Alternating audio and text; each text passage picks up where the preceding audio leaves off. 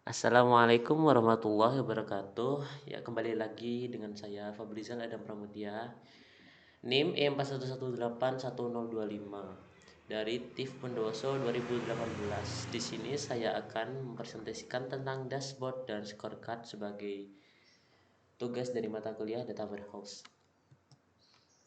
Yang pertama, kita harus mengetahui dulu apa itu dashboard dan scorecard. Dashboard dan scorecard adalah alat analisis yang memungkinkan Anda untuk fokus pada pengukuran tersebut, dan pengukuran tersebut penting untuk bisnis Anda. Kemudian kita masuk ke pengertian dashboard. Apa itu dashboard? Menurut Pramudijono, tahun 2013, dashboard adalah sebuah tampilan visual berisikan informasi yang dibutuhkan oleh pemangku kepentingan dalam rangka melakukan monitoring dan sebagai dasar analisa untuk melakukan pengambilan keputusan. Fungsi utama dashboard secara umum adalah untuk menyediakan data atau informasi penting dan memberikan sinyal mengenai suatu kondisi yang perlu segera mendapatkan respon.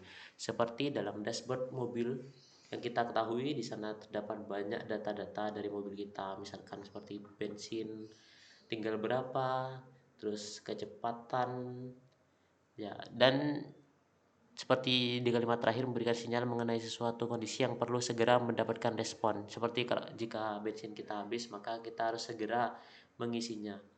Kemudian adapun tujuan dashboard yaitu membantu user untuk membuat keputusan yang tepat dan cepat berdasarkan dari data yang ada. Dan seperti yang sudah saya katakan tadi, jika bensinnya habis, kita harus segera mengisinya. Dan ini adalah salah satu bentuk contoh dashboard, dan di situ dashboardnya diimplementasikan dalam bentuk data, tabel, dan yang di bawahnya itu inventory production itu dalam bentuk grafik. Kemudian selanjutnya kita akan bahas tentang scorecard. Scorecard adalah alat manajemen kinerja yang membandingkan tujuan strategis dengan hasil.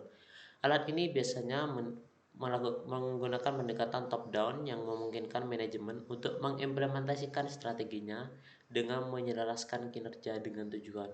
Jadi, scorecard ini dalam kehidupan sehari-hari kita seperti raport. Dan raport itu kita dapat mengetahui data-datanya dalam rentang waktu satu semester. Ya, scorecard ini eh,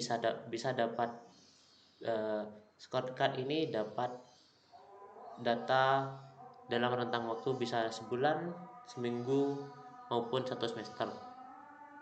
Dan dengan melalui raport itu kita dapat mengetahui apa rencana yang selanjutnya yang kita butuhkan. Misalkan untuk nilai bahasa Indonesia kita rendah, dan untuk semester selanjutnya kita bisa mengantisipasinya dengan belajar lebih giat untuk mata pelajaran bahasa Indonesia.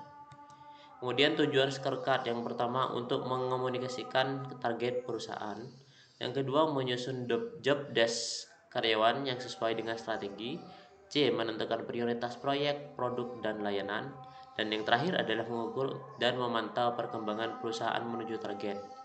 Selanjutnya adalah contoh scoreboard. Nah, scoreboard tadi sudah saya katakan bahwa scoreboard ini dapat berjangka waktu dalam rentang waktu, dan di sini scoreboard yang digunakan berrentang waktu satu bulan, yakni bulan Desember 2007.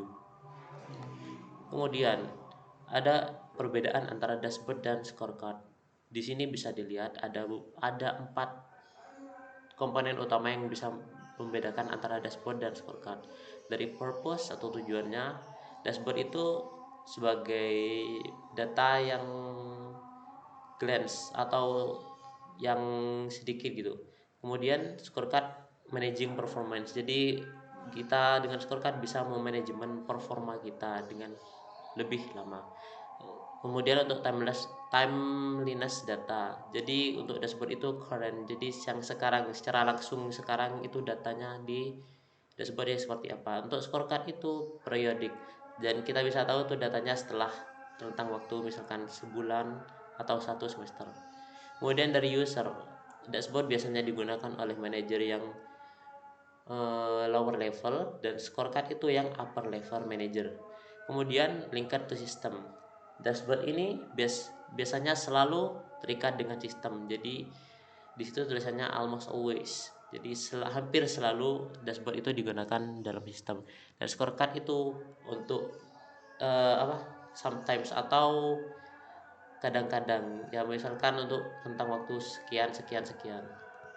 Kemudian jadi mana yang lebih bagus, mana yang harus digunakan. Jadi dashboard dan scorecard ini kan memiliki beberapa perbedaan dari tadi yang sudah saya sebutkan. Dan faktanya biasanya alat analisis terbaik seringkali merupakan kombinasi antara keduanya, yakni antara dashboard dan scorecard. Setiap pengguna harus menggunakan alat atau alat yang paling sesuai dengan fungsi dan tanggung jawabnya. Jadi kita harus tahu kapan kita harus menggunakan dashboard, menggunakan scorecard. Dan selain itu, kedua alat ini dapat digabungkan menjadi alat hybrid. Jadi tidak menutup kemungkinan kita dapat menggunakan keduanya dengan mengkombinasikan keduanya. Jadi mungkin sekian presentasi dari saya. Kurang lebihnya mohon maaf. Wabillahi taufik wal hidayah. Wassalamualaikum warahmatullahi wabarakatuh. Jangan lupa subscribe ya.